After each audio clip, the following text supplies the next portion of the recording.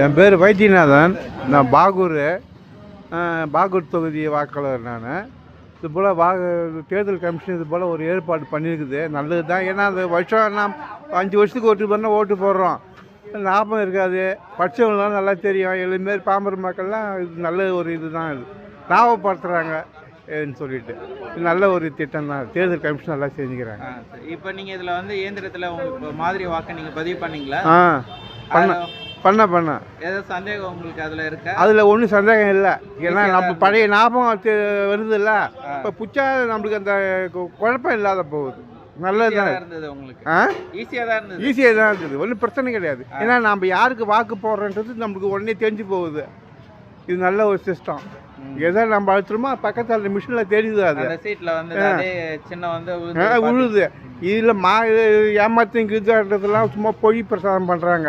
இது நல்ல ஒரு இது நம்பிக்கையான ஒரு இதுதான் இது.